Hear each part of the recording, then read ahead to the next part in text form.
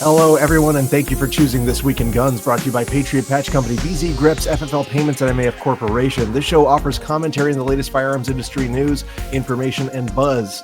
I am your host, Matthew LaRosiere, and I'm joined once again by, who could it possibly be? The Rat Man. It's me, and Yes. Guess what? I What? learned something new. Whoa. The king has returned. The rat spinneth once more. This episode we're going to be a little shorter on the stories. I'm sorry if that bothers you. I'm sorry if that makes you happy, because we're not going to keep doing it that way. But we are working on a deadline, so we're going to try to keep it fast. First one we're going to talk about is actually a case that I was really proud to be a part of in helping prevail. I'm not sure if we talked about this on the channel before, but Washington, D.C. and the state of Maryland got together, as best friends do, and decided that they were going to do something about the gun violence. And so rather than, of course, sitting and deciding to attack a root cause of gun violence, they said, what if we just take the most successful gun dealers in Montgomery County, Maryland, and sue them? And the basis for this suit was basically D.C. and D.C. was suing these three gun dealers, saying, "Oh, you guys did a straw purchase, or you fed guns to a straw purchaser, and you should have known they were straw purchasers. And because that guy sold guns to somebody else, who then sold guns to somebody else into DC to a convicted felon, you should have known that all that was going to happen and would have caused problems in the district." And of course, what problems were caused in the district? Well, they didn't allege any actual problems in the district, aside from the fact that they found some guns. So that was DC's hook into suing them in Maryland court. And Maryland's idea is, oh, well, you guys, in doing helping the straw purchaser allegedly, you should have known, and thus you caused, you did a negligent entrustment, and you caused a unknown harm to the people broadly. There are a couple of minor details with that. For one, PLACA says you can't do that, but the Protection of Lawful and Commerce in Arms Act. But interestingly here, the court didn't even have to get to PLACA, because the law of negligence does not work that way.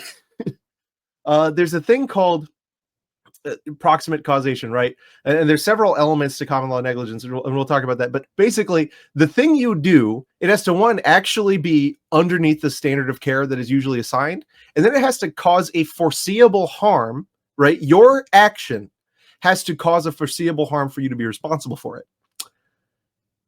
And for hundreds and hundreds of years, we've had a rule where if a criminal act happens between your act and the harm, that's a superseding cause. You're not still liable for that. The intervening criminal is liable for it.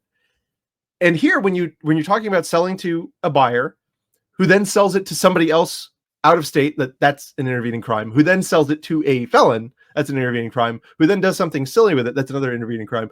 It's very hard to attach liability. And the court kind of smacked them for that.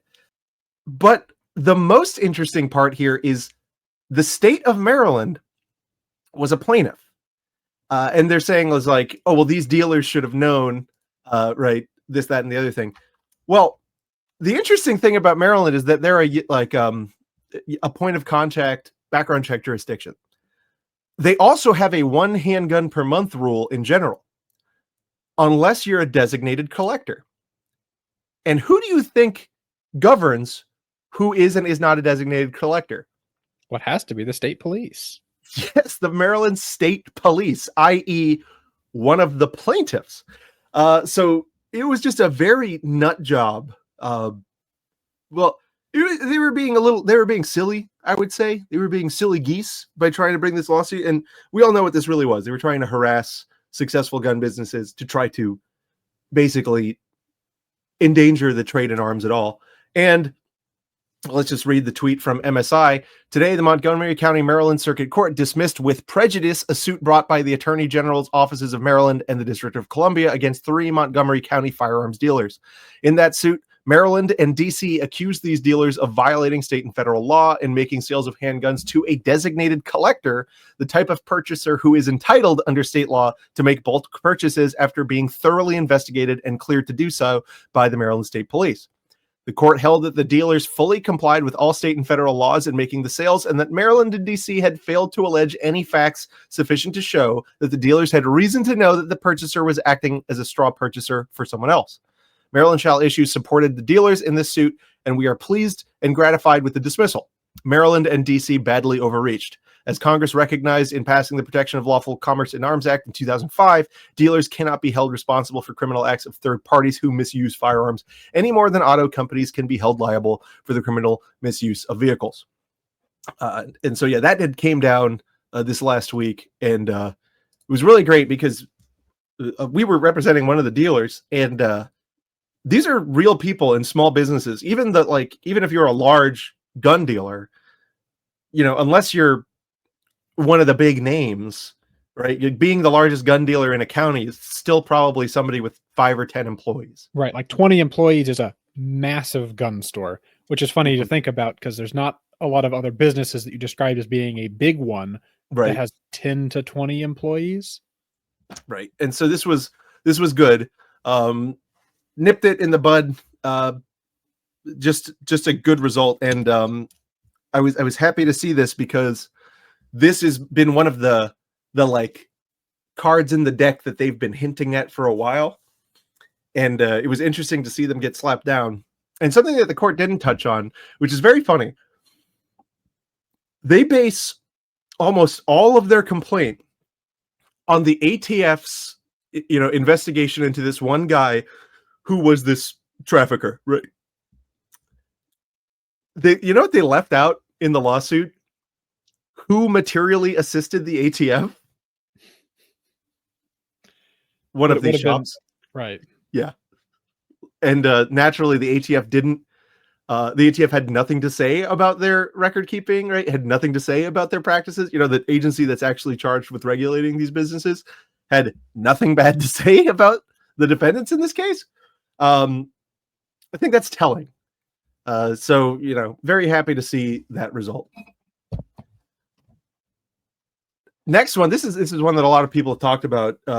This is the federal judge has ruled that machine gun charges against a Mississippi man violated the Second Amendment.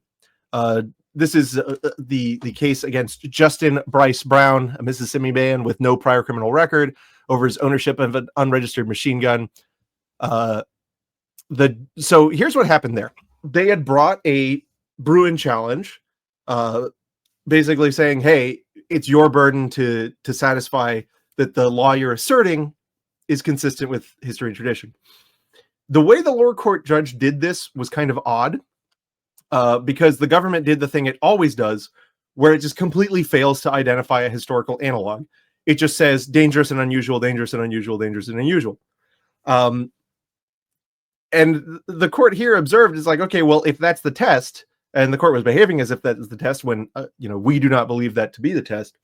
But court observed there's like a million of these things. How is it more dangerous materially than any other firearm? And how is it unusual compared to any other firearm? And of course, he looked at Caetano, the stun gun case, to suggest that number, right, that was not unusual. I think that's the wrong way to go about it. But this is one of the first times we've seen a federal district court, actually hold the government to its standard and say, hey, you had the burden to prove this, and you just didn't bother. You vaguely pointed to the statute of Northampton, which is not applicable. And they did thoroughly analyze this, that the statute of Northampton, which is the only thing the government ever points to in these cases, concerns conduct, right? It's how you carry and wield a weapon and how you behave with it. And he's like, this is completely content neutral. And in fact, it was like squirreled away in his basement. So how is the statute of Northampton analogous? But the weight of the discussion there was, you haven't provided any evidence to suggest that these are dangerous and unusual. So we're not going to let you shirk your burden. And they let him off. So much ado was made about this case. Many people asking, what does this mean for the super safety, etc. Well, not much, right? What this says is that one federal judge actually was willing to read the legal standards that are applicable in these cases and hold the government to account when the government just didn't want to bother trying. So does this have massive precedential value? No. Outside of that district, it's going to be informative for other courts, and I hope that other courts will look at how he did this analysis and be informed by it. But, you know, sorry to rain on the parade of the like YouTube thumbnail Biden grabbing something, right, of machine guns over. That's not what this means. It means this was the judge specifically saying you didn't even try. Like you didn't even try, so we're not going to hand you the win when it's your burden, right? You got any thoughts? No, other than certainly to reiterate, this doesn't like mean machine guns are magically legal, despite the fact that I think I saw like at least 10 videos from the usual suspects telling you that Biden ruled machine gun now because of the Supreme Court 6-3 decision, machine guns are legal.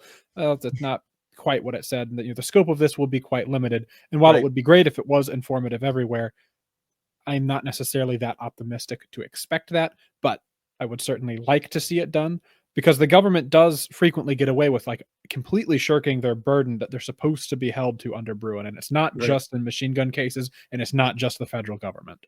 Yep. They do not know how to do anything aside from say, assert gun violence and assert public interest, which is that's a balancing argument, which is expressly not allowed.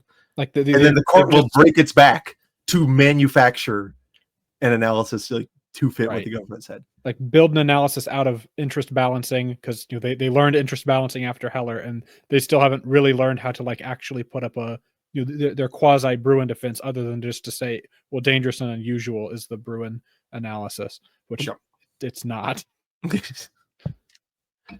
Yep. So anyway, what's really interesting, what is going on at vzgrips.com, guys. VZ Grips is a part of the show, made in Florida, made of good stuff, extra grippy, very delicious. You need to go on there, and if you go on there, you need to use promotional code ThisWeek15. That's THISWEEK15. People have been asking me, what is the grip on VZ Grips that looks the most like wood? They don't look like wood. They're G10. Stupid. But, if you like wood, Hyena Brown, probably. It's a good one. There's many options. You just got to go on there and take a look, right? And go through all of it. But don't forget to go to vzgrips.com, show them some love, and use promotional code ThisWeek15. I guarantee you will not be disappointed with these grips. Tell them to make Draco grips. Tell them to make a Drake grip. Next up, this is in Florida. Of course, we can't help but sorry about the bias, because people are often like, how come you didn't talk about Rhode Island's double dog Douglas rule? And I'm like, it's like 8 people live there. So, but if something interesting does happen, obviously in a stupid state, we still cover it. But, be that as may, Florida is the best state. So we always cover the Florida stuff. And something interesting happened here. Governor Ronald DeSantis Holster announced the Focus on Fiscal Responsibility 2025 to 2026 budget. What the hell he's talking about, I don't know. But what I do know is that in this thing, there is a Second Amendment sales tax holiday between Memorial Day and the 4th of July. So cutting sales tax on firearms and related articles, it says, will save Floridians $8 million on ammunition, firearms, and related accessories. That's pretty cool. Not as cool as getting rid of the sales tax altogether. Quite a few states have done that, but it's pretty cool. So I guess okay job, Rognald. Yay, you tried. Yeah, you didn't hurt. You didn't make it worse. So good job. After that, we've workshopped this title, and it is Dumb Army Bullet Makers Make Dumb Factory for Even Dumber Newer Army Bullet. So what do you have to say on this? Army breaks ground on huge new 6.8 millimeter next gen ammo plant. So this was something that there had been rumblings about, I believe, even last year. But of course, Lake City is where the U.S. government manufactures most of its military ammunition for some time now. And of course, they've got lines for 5.56 and 308 and even 50 cal, I believe, there. But with 6.8 being introduced, of course, when it was adopted like 2-3 years ago, I know there was a lot of saber rattling about the fact that, well, Lake City can't make this stuff Haha, because saber rattling. because the bullet case, it's got 2 pieces, so Lake City, they can't make a bullet case with 2 pieces. They don't know. I mean, they've done so before in the past for experimental reasons anyway, but people were very confused about how this would happen. So of course, this is how this will happen. It seems like they're going to, instead of repurpose an existing facility, build a whole new one, and that facility is going to be dedicated to cranking out 6.8 for as long as 6.8 is viable. And so probably in 5 years here, there'll be a great big sale on 6.8, and somebody can even probably buy a reloading line for it. That's just me being a 6.8 hater. That's good. I think the Army will probably be committed to it for a little bit longer than 5 years, but I certainly wouldn't look to see the 5.56 plants shuttering anytime soon. Look at the little guys with their little hats and shovel. Look, they had a little party. They had a little party about it. U.S. Army's Joint Program Executive offers for armaments and ammunition, wow, along with Joint Munitions Command, officially broke ground on a new 6.8 ammunition production facility in support of the Next Generation Squad Weapon Program at the Lake City Army Ammunition Plant on Wednesday, February 5th. Yeah, this is a stupid cartridge. I don't like it. It's dumb. I don't conceptually hate the 2-piece case head because you're getting the benefits of steel case with the benefits of brass case at that point. So reloadable like brass case, but strong like steel case, and as in it's more tolerant of a gun being built wrong, which is important, which is very important when SIG's your OEM. Yeah. Did you see me zooming in on the gap on the the gap? What is that? The saber or spear? I don't know what the hell they call it. XM7 now, but the really good one, big one. But well, that's the big one. The big one's the brown one with the belt on it. So conceptually, I don't hate what the ammunition is doing, but I think the shift to this 6.8 giga powerful cartridge that they're going to put in their tiny little short barrel with a suppressor, so it's quiet, so it's actually very long, and the rifle will weigh 13 pounds. I think we're setting ourselves up for a repeat of lessons that we should have had already learned in the past, but especially with SIG making these things, which is something we should have learned like 5 times over now. They're maybe not the most fantastic at quality control, but anyway, I'm sure our warfighter won't mind their gun having funny things happen to it, or the barrel taking a set whenever you lean on the gun funny, or the handguard coming loose, or anything like that, because those are regular and to be expected. I wouldn't worry about it. I think it's fine. Anyway, you know what else is fine? MAVCorp, guys. MAVCorp is great. There's new stuff. You got to go check it out. It's maf-arms.com. And if you go, check out the promotional code FUDBusters. There's all kinds of new stuff being added quite regularly. You owe it to yourself to check it out. And you also owe it to yourself to get a nice rock. There are rocks available. Cool rock.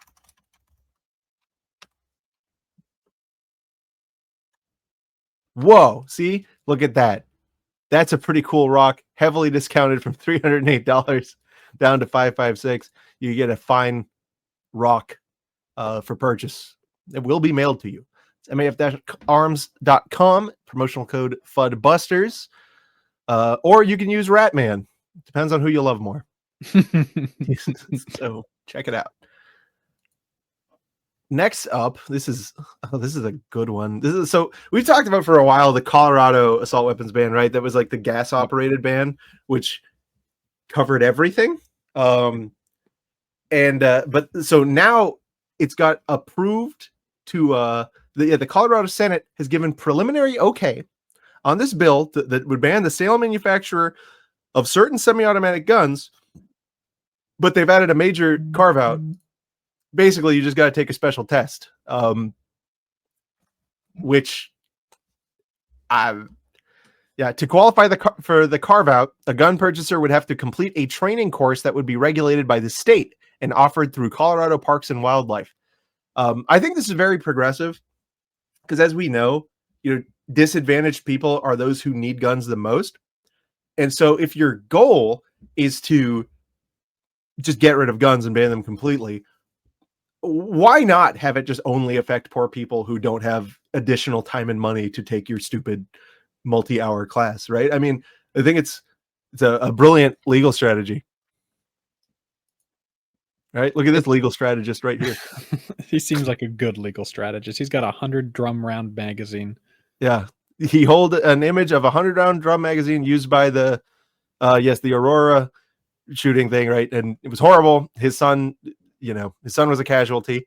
Of course, we leave out the fact that when that shooter did use that drum, there were like many malfunctions. Yes, and I believe the official report afterwards had pointed to that magazine as being the thing that saved the most people's lives that day. Yes, I think it was like he only ever got single digits of ammunition out before he had to fiddle with it. He had a beta CMAG moment. Yeah, a beta CMAG moment. There's as opposed to the Sigma mag. But yeah, this is stupid. It's again, all of this is going to do. The only thing that gun laws really accomplish, aside from on the extreme margins, is just making gun ownership more expensive. That's really it. Yeah, and as far as the details on this go, of course, previously it just banned sale, possession, transfer of any semi-automatic rifle or shotgun and some pistols. The new version is going to let you have those and do those things if you've already completed a hunter's safety course and do about 4 more hours of instruction of state mandated curricula. Or if you don't have a state safety hunter's license, you do 12 hours over 2 days of additional learning and education, which will include statistics on gun crime rates and death rates and suicide and mental health, and all of the sort of anti-gun talking points are going to be your education, so you can learn to be safe with your rifle, because it's really important that you learn how bad guns are instead of learning how to handle your gun safely. So it's very obvious, right? This is a political stunt, and it is a capitulation from the anti-gunners, and probably a sign of how far the Overton window has shifted, when the Democrat governor of Colorado was not prepared to sign this bill in its original form, which is why it went back to the drawing board, and their drawing board was, we'll just make it more expensive and take more time, because these guns are for weapons of war and designed to kill 1 billion people in an instance. And that's why it's easier to get them if you're a huntsman. That's why we're going to have the state spend taxpayer dollars on making sure that people know how to use them. Oh, that's funny. Next up, we've got another repeat offender. It's the state of Illinois. Oh boy. And this is the Illinois Supreme Court forced to invent new procedural issue to save the FOID card again. Why don't you take it away?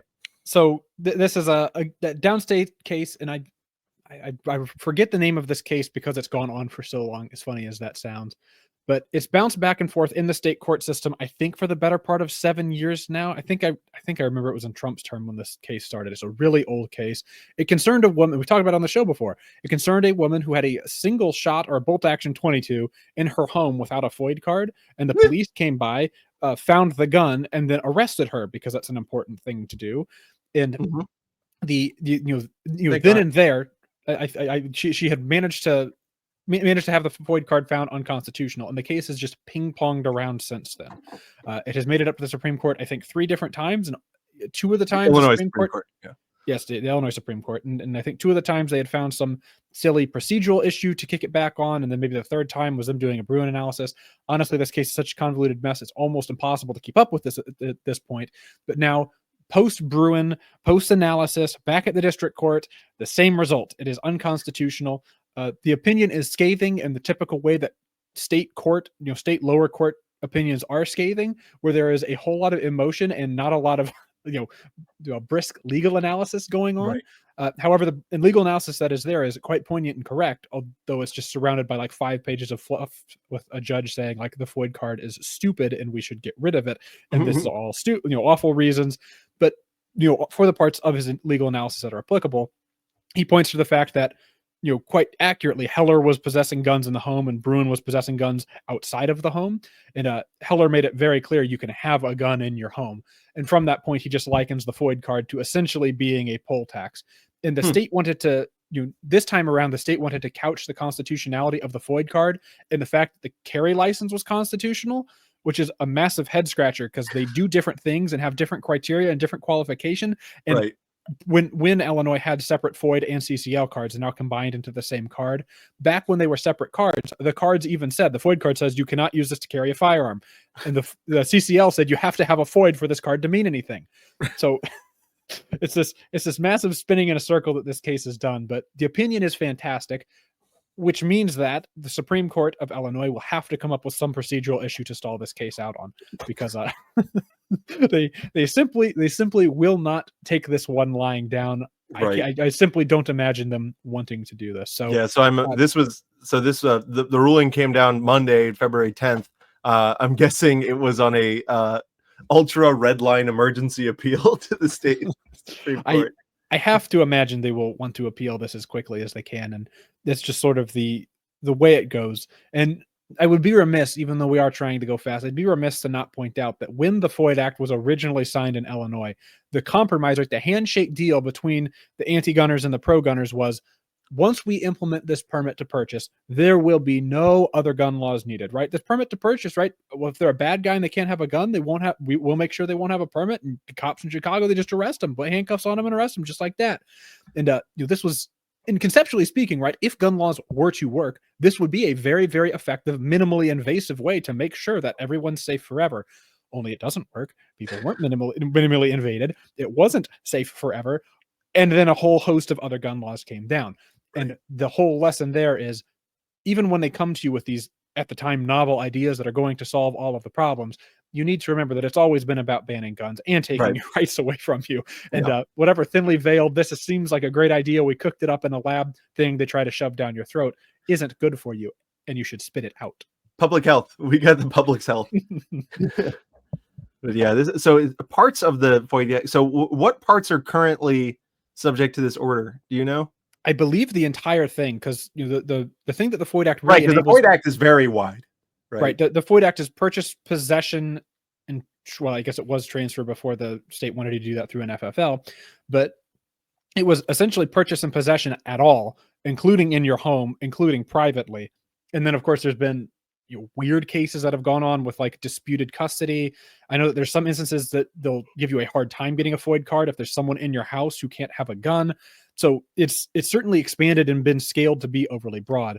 But as far as I understand this opinion, they're saying the entire thing has to go, especially because, right, what it's really predicated on is you have to pay the state like $11 however often to exercise your rights. And that's way more than one step too many, because you can have a gun in your home. And, he goes on at length to talk about the historical legal doctrine of your home being your castle. And that's why there is an entire amendment about the cops being able to come in there in the first place.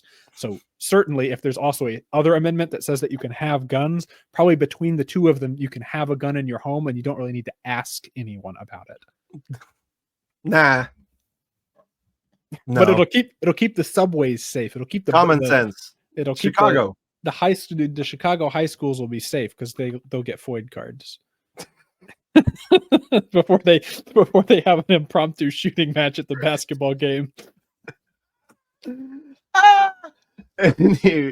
Anyway, let's but at least like we know that the Fifth Circuit, right? At least the Fifth Circuit is the like super based pro gun circuit, right? And that's why that's where all of the stuff has to happen. So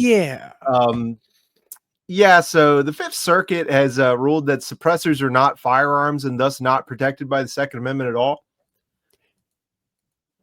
This is the other complete head scratcher. Like the other, I guess really the other way that federal courts are punting on Bruin is to pretend that it's really, really hard to figure out what is and isn't an arm as far as the Second Amendment's use of that term goes, which is ridiculous because not only did they say it in Heller, I think they said it twice in Bruin.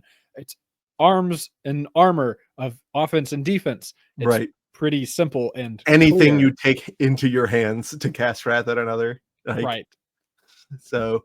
And of course, it's the Rhonda Ezell case that sort of affirmed that goes beyond just like the gun itself, right? It's the means to actually facilitate the use, the keeping of and bearing of it, those necessary requirements, including access to a range, which was sort of the big thing in Ezell. You have a right to those too, right? That's under the Second Amendment's umbrella, the same way that you couldn't ban pencil and paper to deny someone their First Amendment right. You can't ban ammunition or magazines or should be suppressors to deny people their ability to use a firearm for that reason as well. Or frankly, if you want to look at this one in a very intellectually honest way, I don't think that the government should or could be able to ban safety glasses or earplugs or earmuffs. How you can use a gun without them, it's just probably not the best idea. Right. So in order to understand that analogy, right? Because you're kind of pissing on what they said. Let's read this excerpt from the opinion. Peterson, who is the plaintiff, posits that suppressors are an integral part of a firearm and therefore warrant Second Amendment protection. Inasmuch as a bullet must pass through an attached suppressor to arrive at its intended target, suppressors are used for casting and striking and thus fit Heller's definition. But that is wrong. A suppressor by itself is not a weapon. Without being attached to a firearm, it would not be of much use for self-defense. And unless the suppressor itself is thrown, which of course is not how firearms work, I disagree. I think you are throwing something. It cannot do any casting or striking. While a suppressor might prove useful to one casting or striking at another, that usefulness does not transform a gas dissipator into a bullet caster. Instead, we agree with the 10th Circuit that a suppressor is a firearm accessory, not a weapon. And while possession of firearms themselves is covered by the plain text of the Second Amendment, protection of firearm accessories is not. Accordingly, Peterson has not shown that the NFA's registration scheme burdens a constitutionally protected right. And this makes perfect sense because the Second Amendment says firearms, right? Yeah, the Second Amendment says you can't have firearms. No, it says arms, right? And this is obviously because they knew what a firearm was. They knew what a rifle was. They said arms. They used the broadest, like pretty much the broadest common vernacular word that they could use for swords and cannons and muskets and every other horrible means of destroying one other person. Right. More than one other person. And keeping and bearing are two different things, right? Which imply, different use cases. And so it's been well understood by serious constitutional scholars that this meant arms, ammunition, and accoutrement. But if it is as the Fifth Circuit says it is, because what they're saying is no, it has to be a bullet caster. So the Fifth Circuit, by this logic, would say that ammunition, magazines, stocks, right? So most of the springs in the gun, at least half the springs in an AR-15, you don't need to shoot a bullet. Yeah. And so it seems that the suggestion here is that if it does not immediately cause the weapon to fire, which is a kind of absurd way to read the Second Amendment, they're behaving as if the Second Amendment says rifle gun, right? But it doesn't say that. Like, and it's right in this language here. While possession of firearms themselves is covered by the plain text of the Second Amendment, possession of firearms accessories is not. How can you justify that from the words? It's like unsquareable with the statute. And even if there wasn't precedent that answered this question, because, there's precedent from the Supreme Court more than once, and it wasn't just an affirmation, it was them building on, right? Expanding, clarifying what Heller had said. Right. It's just bizarre to think that you can read that and go, all right, so what's protected is just the shooter gun itself, but nothing else. So pistol grips, stocks, magazines, sights are utterly unnecessary to make a gun fire. Completely useless. And in fact, this is something that I've posited before. I mean, if you apply the same logic that's used to ban a suppressor to the banning of sights, if we're going to say, well, it's just an accessory, it's not necessary, it doesn't actually modify the way the gun works just the same without it, and you don't need to have it for the gun to work, are we going to sit here and say that they're both at least analogous in the sense that they have a safety purpose for them, like knowing where you're going to actually hit, sometimes important, at least if the lights are on. Otherwise, shooting at noises does work. Likewise, we have a story later on that's going to get to that. That's true. But yeah, this is it's bankrupt. It's intellectually bankrupt. This decision. It's I don't know. I don't get it.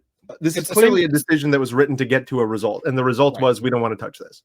Right. It's the same sort of punting we've seen before on a litany of issues. If it's hardware ban cases, come down one of two ways. It's the machine gun way, where they say it's dangerous and unusual, which is funny because they'll call machine gun converters arms, but not suppressors, which just leaves you to go, But they'll either say that it's dangerous and unusual if it is an arm, or they'll just say it isn't an arm if they don't feel like, of course, if they get into dangerous and unusual, suppressors are really not going to get there. So it's just a whole goofy clown show. Yeah, it's a silly goose festival. So yeah, that's what's up there. I'm not shocked. It's the type of stuff you get from, and you can understand it from a human perspective. These judges don't want to be viewed as like, I think the problem is they look at the test and they're like, the test is telling me that I'm supposed to side with this guy, but I don't want to be the one that said the surpriser is Well, constitutionally they will protected. put my name in the papers and say that I did the violence in the streets, which is silly. And I think there's probably a tactical play for the Second Amendment community to. I know Costas does it constantly, God bless him, but he will constantly point to the fact that, like, it's been 2 years since the Bruin decision came out and the anti-gunner said there'd be blood in the streets. Where is the blood? Why is everyone not dead yet? Where is the chicken dinners? Pointing to the fact that, like, the hullabaloo that anti-gunners will make about any time that they lose on something ends up panning out to be no overall impact on the death rates in the country, because of course it doesn't, because the people that want to kill people don't really have much of a care or say in what they use to do it. It's whatever is easiest, because they're awful. Yep. Speaking of whatever is easiest, but not awful, guys, FFLpaymentprocessing.com. Guys, FFL Payment Solutions by FFLs for FFLs. These are the people who should be running your credit cards in your firearms business, or the ones in your friends and family. They are probably leaving money on the table, a lot of money on the table. It should be going into their pockets. Let FFLpaymentprocessing.com help them out and let them know I sent you, and you're going to get really good rates. All right. So check them out. It's free. Why not get some rates, guys? FFLpaymentprocessing.com supports this show. You should support them, and they'll support you by saving you money. It's important. It's important. Next up, we're going to talk about something that I've taken some flack for being angry about. Early this month, Trump issued an executive order titled Protecting Second Amendment Rights. It had a couple factors, right? Ordered AG Pam Bondi to examine all orders, regulations, guidance, plans, international agreements, and other actions of executive departments and agencies to assess any ongoing infringements of the Second Amendment rights of our citizens and present a proposed plan of action to the president through the domestic policy advisor to protect the Second Amendment rights of all Americans. So we have a article written on this at Cato at Liberty by Patrick Eddington.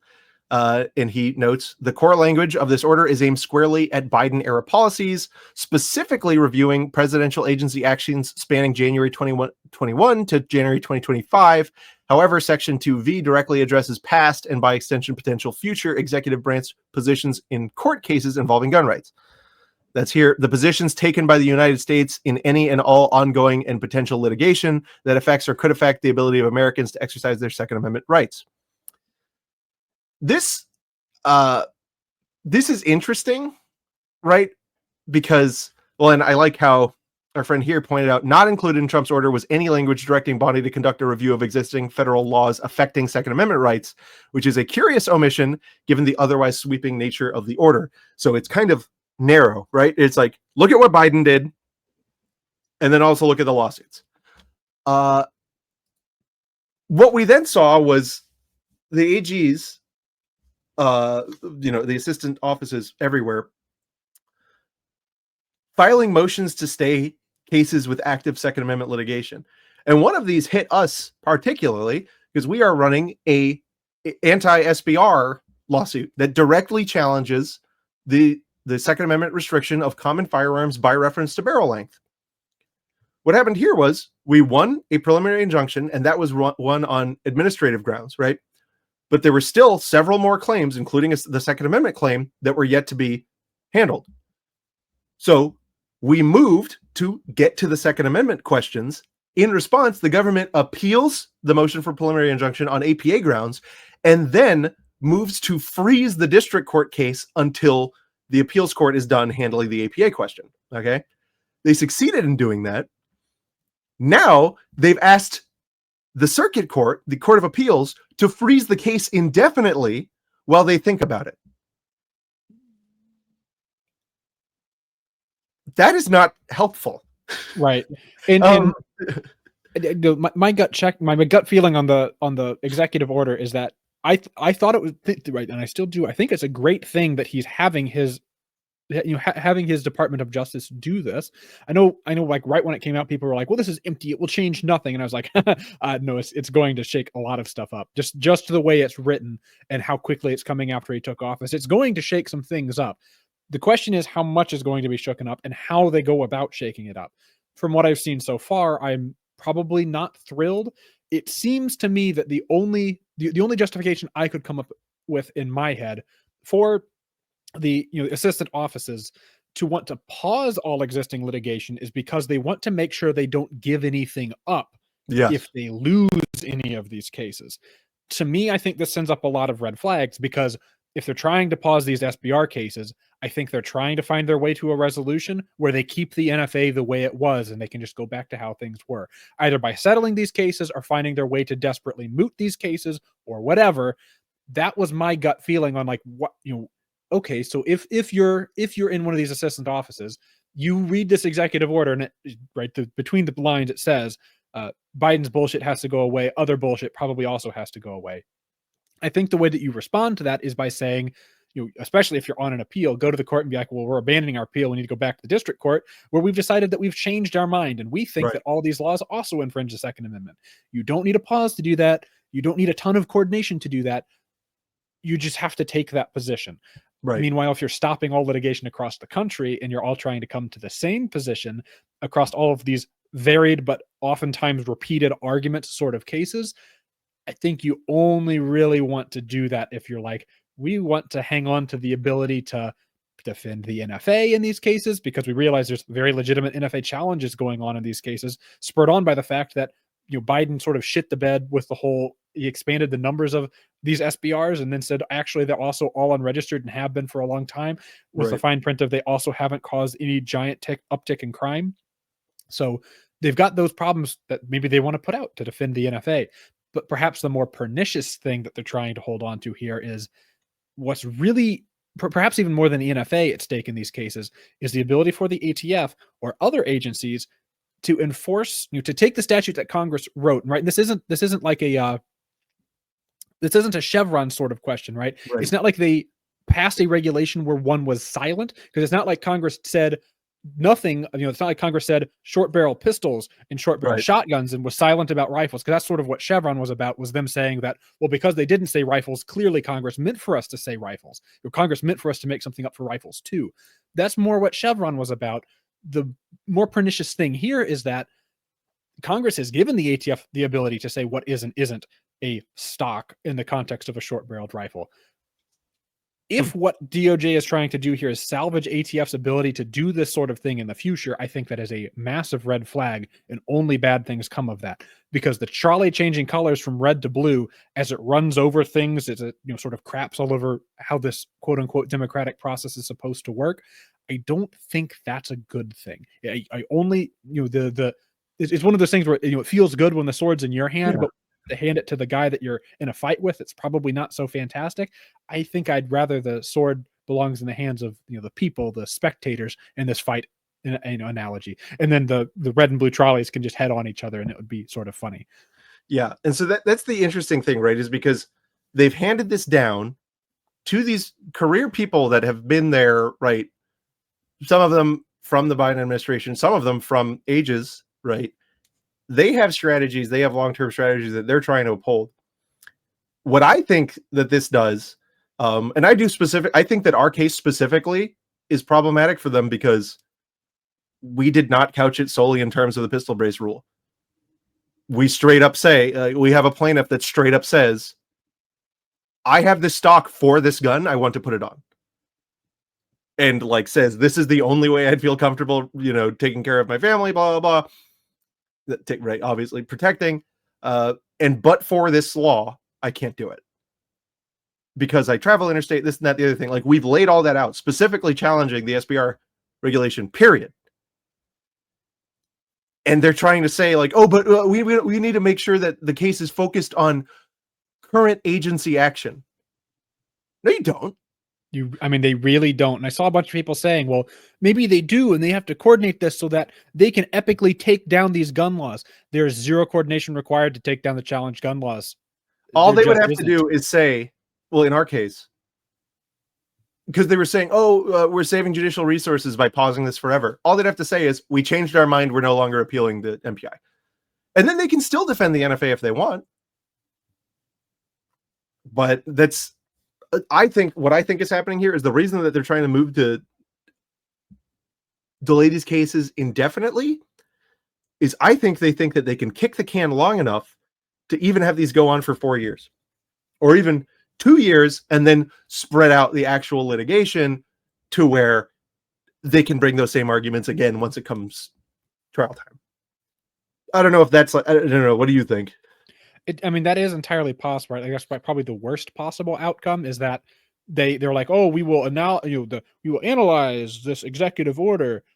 Actually, it turns out Biden was right, and it takes them 2 years to get there. Yeah, because certainly Trump's executive order said he wanted a report on all of these things within 30 days, which is great, right? That's awesome because it shouldn't take very long to at least figure out some of the things that the government is fucking us on. right. But I don't remember if export was specific, rather import was specifically listed in this executive order or not. It may have been. It's been a moment since I've read it, but it certainly did list off a lot of good things that could have very good impacts.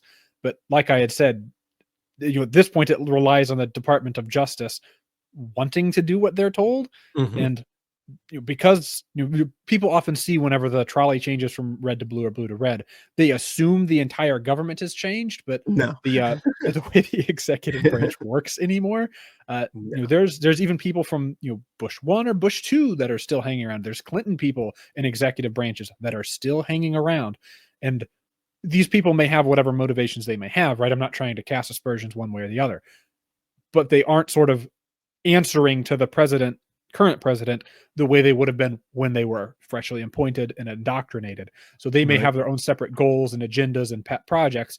And while they're told, make your pet project a Second Amendment, they'll go, I don't care. What I'm really interested in is the radioactive effects of cockroaches on mice that eat them or whatever.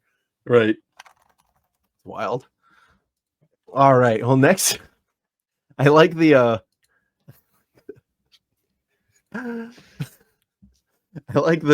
title Ivan wrote for this. Blind man makes case for mutes being the preferable disability. And this is interesting. So this story is titled Blind Man Gets Concealed Carry Permit, Calls for Common Sense Gun Laws. I get what you're saying here. A blind man in Indiana is calling for common sense gun laws after he was allowed to get a concealed carry permit. Terry Sutherland, who is blind, says he got his concealed carry permit to try to spark conversations about reasonable gun legislation. He was using his white cane when he went to the city-county building to get fingerprinted for the permit, and he says he spoke with several people who knew he was blind. It just went very smoothly and normally, and nobody seemed to think anything about it. It was mind-boggling. It shocked me more than I expected. I thought at the last second, somebody would go, wait a minute, he said, but that didn't happen. So yeah, this blind man is infuriated that his rights were not stepped on. And this is an interesting one, and like even a decent thought experience for how your view of the Second Amendment is shaped. Right. As far as how this one goes for me, it is pretty simple and straightforward. Even a person with no hands, I think, should be able to own a gun. There's that one guy on YouTube that shoots really good with no paws. Like he shoots better than half the people I know. Yeah, and yeah, he's got end of his arm disabilities, or even people with arm disabilities, people without legs, people in wheelchairs. I don't think that the fact that they would have a harder time using a gun, or even a very hard time using a gun, means that they shouldn't be able to own one. Right. I'm not even really in favor of they should have extra hurdles to go through if they're predisposed to have a hard time using a gun, because if we're to look at this like a system of rights, we don't make like the First Amendment harder to exercise for people who are good at writing. It certainly harkens back to that awful book they made us read in school, the Giver. I think that was what it was called, where they have to make everybody equal. Okay, I'm not going to do the thing where like we have to celebrate diversity of people's abilities, but we shouldn't punish them for their disabilities. That's ridiculous. Yeah. That's ridiculous. And you know, the first thing I thought of was when I was at the pawn center at one day, and a man came in with the stick, doing the clicks, right, completely blind, and started asking to be shown handguns, and it didn't go as like completely, oh yeah, everything's fine. There was a moment of like, you, what kind do you want, right? And there's a little bit of back and forth, but he picked the 1911, and as he was making the purchase, I couldn't help myself. I stepped up and I was like, hey, I think it's really badass what you're doing. I just want to know what your strategy is. I'm just curious. And he says, I know my house. I'm very well aware of what everything sounds like. And if I hear my door crash, I know exactly where it is, and I'm going to start shooting at it. That's fucking awesome. Yeah, and I was like, valid. Don't buy that 1911. He bought the 1911. Yeah, I just go valid. Like that's not even like ridiculous. Why not? He lived in an area where there were break-ins. He was concerned enough, and he's like, I've thought about it. This is what I'm going to do. We should have got his number, because here's a fun Second Amendment lawsuit you could file. Possession of full auto shotguns can't possibly be regulated for blind people, because how else are they supposed to hit? That would be a funny one, like because there is objective utility in that. Like, yeah, they'll probably shoot their house a couple of times, but whatever. they'll also probably hit the fleshy house invader zombie that's after them too. Yeah. But I almost felt bad, asking him, because I didn't want to make it seem like I thought he shouldn't be getting a gun. But like I had to hear it come from his mouth. I had to hear it, because in the back of my head I'm like, please say you're going to shoot at noises. Please say you're going to shoot at noises. He said it, and I was like, he lives among us. He's real. He's real, guys. He's real. So yeah, and I'm sure that guy would have something to say about that idiot who's like, can you believe they respected my rights to control my bodily autonomy, to give me some capability to defend myself? Like, they're going to let me carry a gun. Yeah. Why shouldn't they? Because guess what? You're probably like, if you're completely blind, like, cannot see anything, like not even blurs, what are you going to have a better chance with? Your fists, or a knife, or a gun? No. Yes. The gun keeps going, right? You can't, taking one step back doesn't prevent the gun's utility. All right. And the gun is tactile in a way that most other weapons aren't. Yeah. Because you can know the status of a gun, I think, easier than you can the status of a knife as you're waving a knife around sporadically. Because at the end of the day, right, pointing and pulling the trigger on a gun is a lot faster than preparing to stab or preparing to swing a knife. So guns are probably objectively, especially if it was full auto, especially if it had a scattering effect to its projectiles, a full auto shotgun would be perfect. Yeah, like one of those Genesis 12s, except if it was good. Yeah. Yeah. But anyway, yeah, that's a really interesting thing. Put your comments in the shit box. Do you think the blind man should have a gun? Why or why not? If you were a blind guy, what gun would you have, and would you have one for each hand? Yeah. Last up, guys, it's Patriot Patch Company, guys. PatriotPatch.co, longest time supporter of the show. I have a fresh drop from the loot. PatriotPatch.co. What is inside? Whoa! It's the one from the St. Valentine's Day. This came just in time for it, because this came like 3 or 4 days before St. Valentine's. And look at that. Look at that. Very high quality PVC, soft and chewy. Good Velcro. I've never had one of these fall apart on me. Patriot Patch patches are a cut above the rest. And guys, if you go on patriotpatch.co and use promotional code TWIG10, that's TWIG10, you're going to get a discount. Support the longest time support of our show and get yourself a fun treat. Guys, look at that. That's nice. I asked them on Twitter, and they said that you can chew on the patches. They say to chew on them, but spit, do not swallow. And then they said that they would really, really like it if you tagged them on Twitter of videos of you chewing on their patches. They specifically said that. They said they really like the patch chewing videos. Yeah, hell yeah. Do you actually have that interaction? Except for the patch chewing videos part. Awesome. Yeah, so whole interaction was true. Anyway, guys, that's it for today. Still think we got you a nice size show. Hope you enjoyed your drive or your whatever it is that you were doing, not working, watching the show. Having a big crump. Having a big crump. Oh, and by the way, yeah, do check out. I did an interview with John Crump on his John Crump YouTube, and it was a nice time. We had a nice time. Check that out. Check out FUD Blasters for more stuff that happened. We just dropped the grease gun video. It was really good. And support us on Patreon. You can join the Discord. You can hang out and get bullied. All of those things are available. Most of them for free. So yeah, check it all out, guys. Thank you again. And as always, we will see you next time. There's a Feet Picks channel.